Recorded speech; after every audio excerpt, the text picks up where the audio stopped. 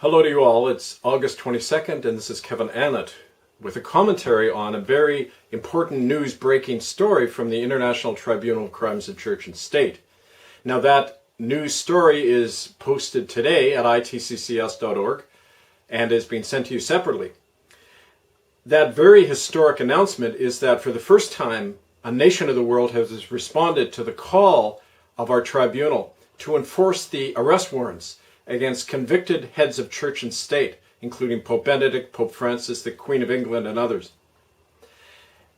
In effect, on September 1st, the ITCCS will actually be making a direct appeal to President Vladimir Putin of Russia to use the military and legal strength of Russia to enforce the arrest warrants against these convicted officials, and also to help us stop the murderous practices of the Ninth Circle child sacrificial cult, which is operating as we speak, and not only killing the innocent, but threatening the peace and sovereignty of all nations and all peoples. Now, the September 1st appeal to Vladimir Putin will be followed by an official delegation that will be going to Russia in October in the response to an invitation by a Russian official there to come and present our case. Now, I will be part of that delegation along with Aboriginal survivors of genocide in Canada and America.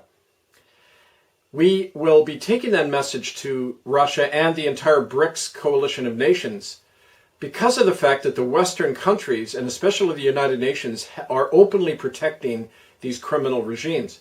In April, we made a direct appeal to Ban Ki-moon, the Secretary General of the United Nations, to banish Canada, England, and the Vatican from the General Assembly on the basis of their conviction as criminal regimes.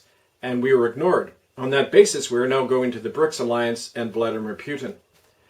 Now, this news story is followed by a commentary, which is posted again at itccs.org, a very important perspective to understand the background of this, because this last month, the ITCC office in Brussels was approached through a back-channel communication from an official of the Russian government.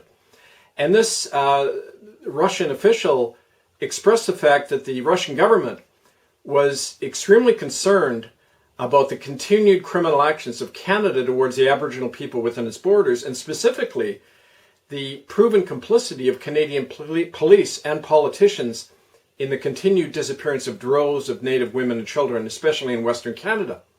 As well, the Russians took notice and were very alarmed by our surfacing on July 8th of an in-house Canadian government whistleblower who identified an official plan of state terror by the Canadian government aimed at Aboriginal survivors of residential school crimes and their activists and advocates.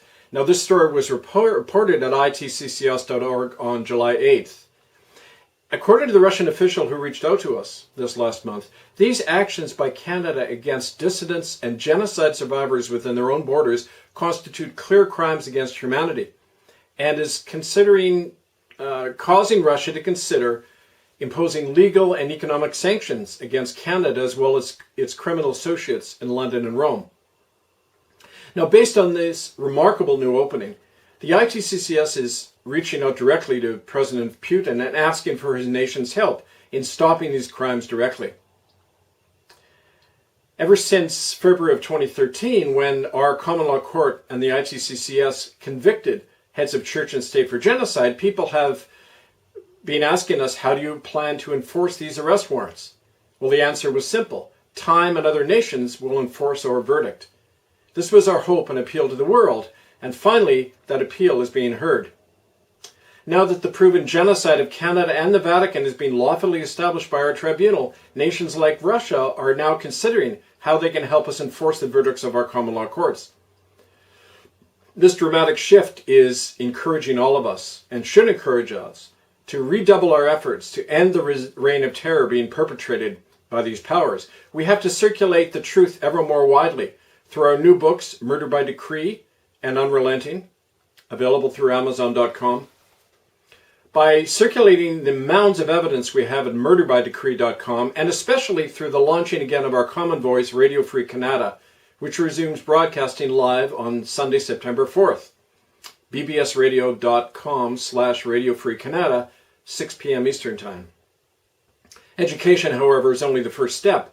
The message of the past years is that sovereign men and women everywhere have to actively step out of genocidal regimes and establish new covenants under the common law to protect our children and our liberties.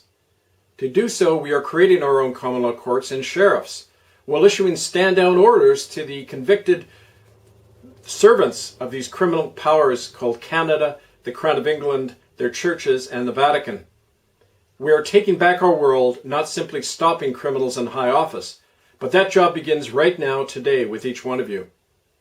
Throughout September, I will be working directly with organizers across Canada who are dedicated to establishing a sovereign Republic of Canada, giving lectures, training workshops, and also holding direct public actions.